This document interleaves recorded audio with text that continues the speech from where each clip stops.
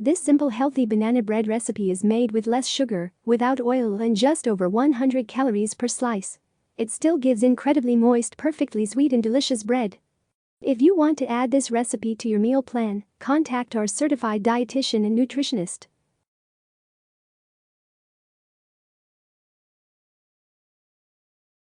Grease a standard 9 by 5 inch loaf pan. Mash the bananas in a mixing bowl. Add eggs, vanilla, brown sugar, granulated sugar and cinnamon, and stir well to combine. In a separate small bowl, whisk together the flour, baking powder, baking soda and salt. Add to the banana mixture and stir to combine. Gently stir in the melted butter. Bake for 35 to 45 minutes at 350 degrees Fahrenheit, or insert a toothpick in the center until clean. Allow cooling in the pan for 5 to 10 minutes before flipping over a wire cooling rack.